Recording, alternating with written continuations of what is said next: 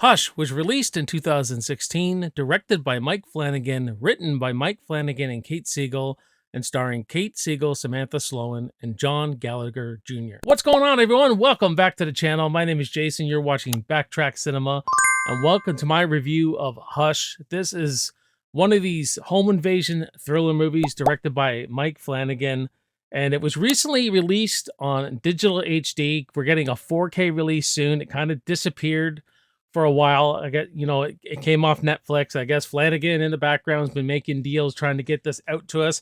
It looks like it has. I bought it first day it come out on digital, like you can get through YouTube, whatever streaming places you can buy it. I am a huge Mike Flanagan fan. This is my first review of Mike Flanagan, and why? Because I love the guy so much. I love his movies. I want to do them justice, so I've just been putting it off. But yesterday I was in a little Flanagan mood. I call him the Flan Man, and and I love this one. This is a great, unique, refreshing take on the home invasion genre.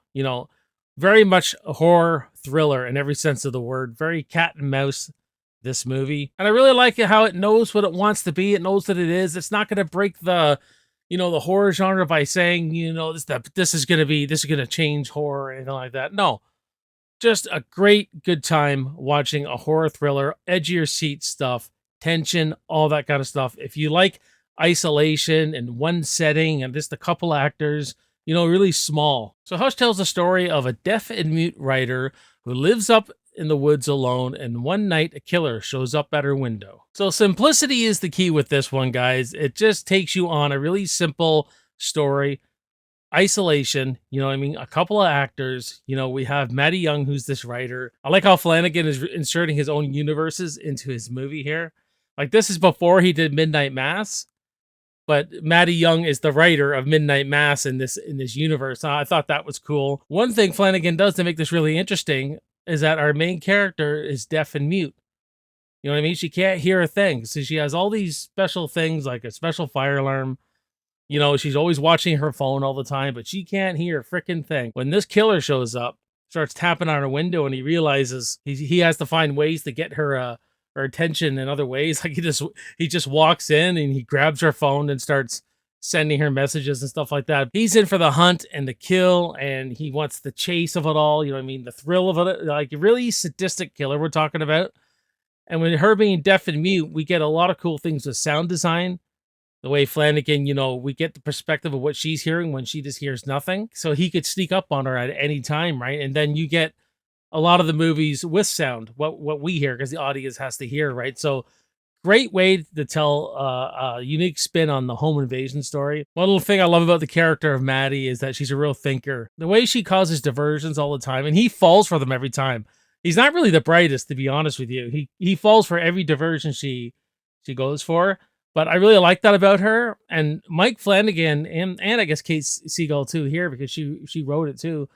They break a wall here. They have this situation where Maddie's thinking of every scenario to get out of this situation. You see herself projected. You hear her voice talking to herself. One of my favorite parts of the film where she's going through every scenario and you see herself getting killed with every scenario, and then she realizes, I gotta kill him. That is the only way out of this, is to kill him. And the whole movie's this big cat and mouse and thrills, and you're on your edge of the seat for a lot of this movie. You can't outrun him on that leg.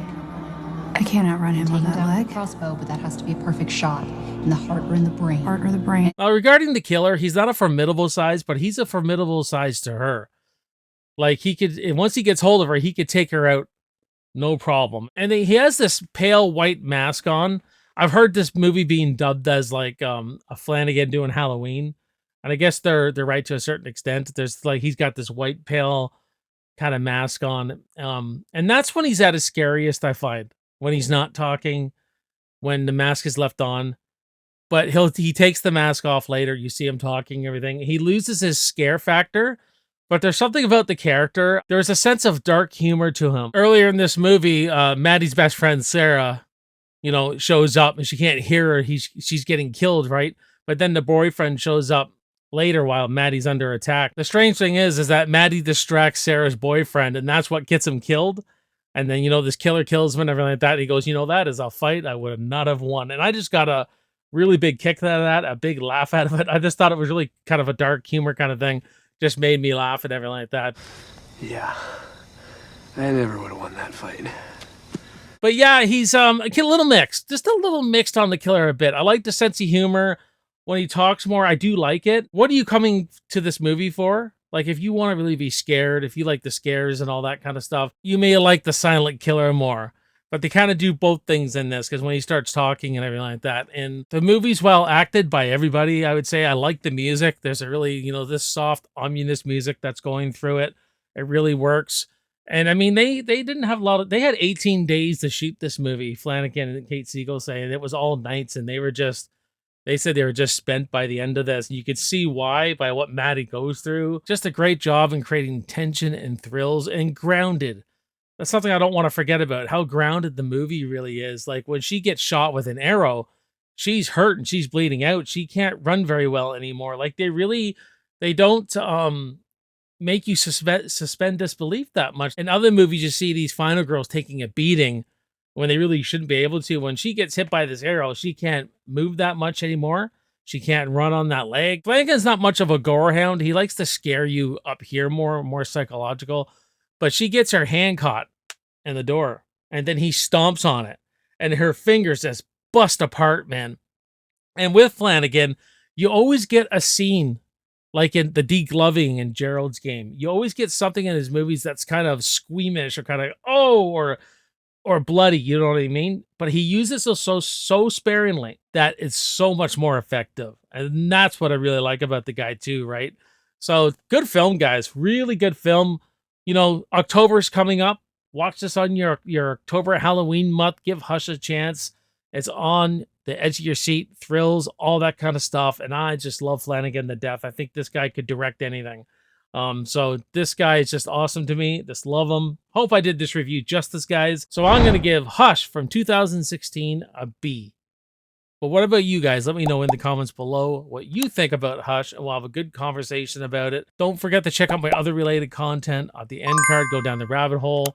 Reviews, rankings, all that such. This was a lot of fun, guys. My name is Jason. You're watching Backtrack Cinema. I'll see you next time, and I'll see you in the movies. Cheers.